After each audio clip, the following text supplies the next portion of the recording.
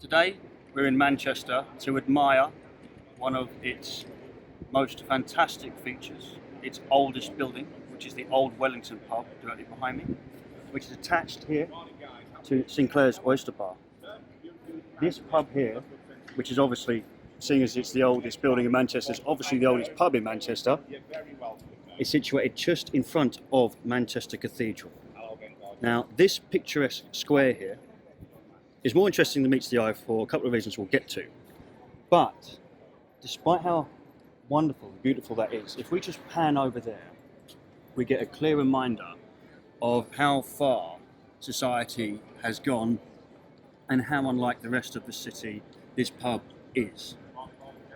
Obviously it wouldn't be complete without a Selfridges. Let's pop down there and read it, because what's so fascinating about this building isn't just its age and its beauty.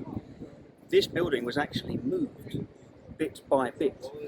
Every bit of what you're seeing there was taken apart and put back together. And if we can do that with a building like this, how are we taking buildings down that we should be protecting? Let's go and have a look at it.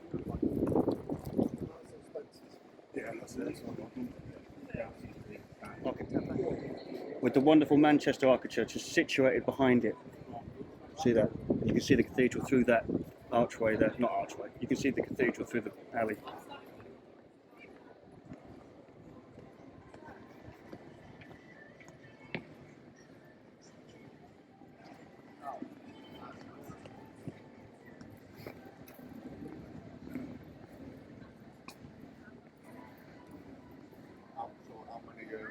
Now it looks like the Sinclair's Oyster Bar is closed, but I can read it from here. If we just look at this sign here, I'll read it for you.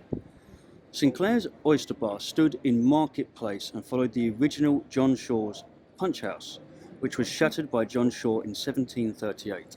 Records indicate a building on the site dating back to the 14th century.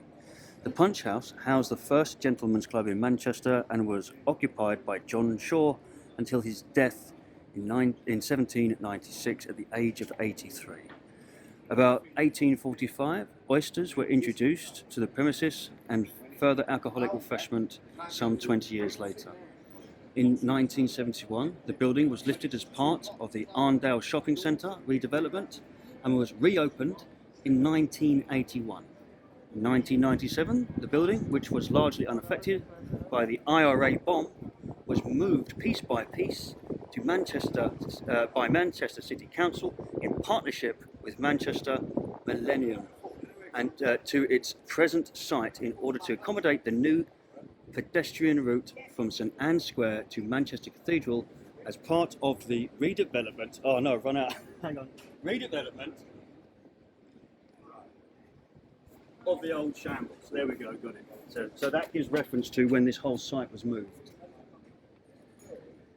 Now there's another sign in this one over here, the Old Wellington, and we're going to look at that one as well, just over here. Look. Don't worry, I know you're clucky. I know you're clucky.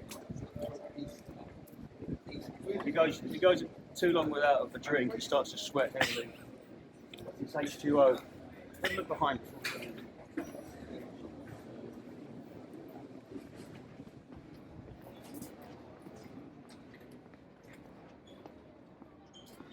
Once again, reminded, Manchester's beauty. Look just here, pan around here, from right to left for me. It's the back of the pub, looking fantastic. Yep. And then the further left we go, the further into the future. All this is a reminder of the past, whilst that is a reminder of what we have to look forward to.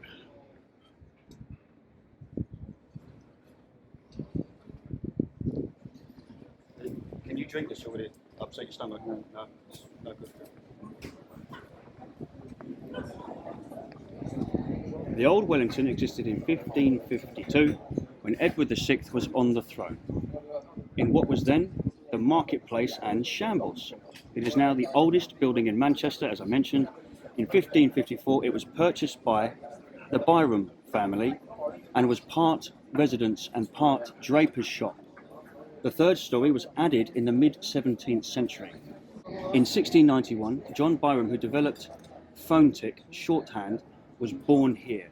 The building was licensed in 1830 and known as the Vinters Arms, and later as the Kenyans Vaults. By 1865, the ground floor was known as the Wellington Inn, whilst the upper floors served as mathematical and optical instrument makers. So, Alpha? The familiar large lantern already existed on the corner of the building. Where is that? Is that this one here? Look. Okay. Is that... In 1897, the upper two stories became ye old fishing tackle shop, and a large clock was added to the main gable.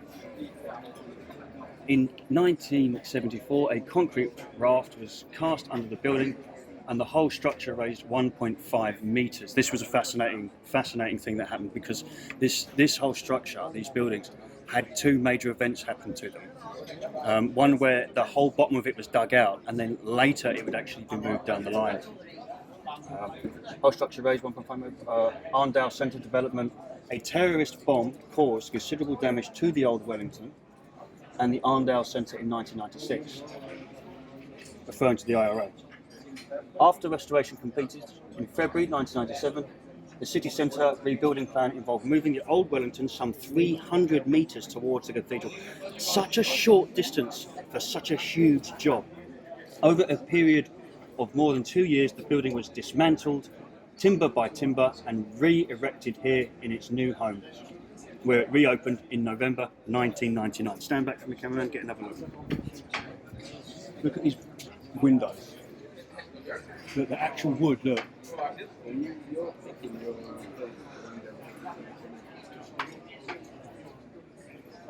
So look at this plaque here. William Nicholson, distiller, politician, cricket player, benefactor. This alehouse is part of the Nicholson's Heritage Collection. They're all different, yet they all own something to the man who founded them. William Nicholson was a Victorian all-rounder, a businessman, MP, a sporting hero. He played first-class cricket, says who? Ran the family's distilling business and financed Lord's Cricket's grounds and its famous pavilion. In 1873, William revitalised a collection of characterful alehouses. Sorry, the sun's bothering me here. Each one an architectural delight with a strong sense of place and individuality. William added craftsmanship, marble, tiling, vibrant leaded windows, and his larger-than-life personality. William's influence is lasting. His alehouses are still brimming with warmth, tradition, and timeless hospitality. Well, it's certainly bloody warm right now, I can promise you that. Right, and as you can see, it's a nice bustling environment here. It's nice and early in the day.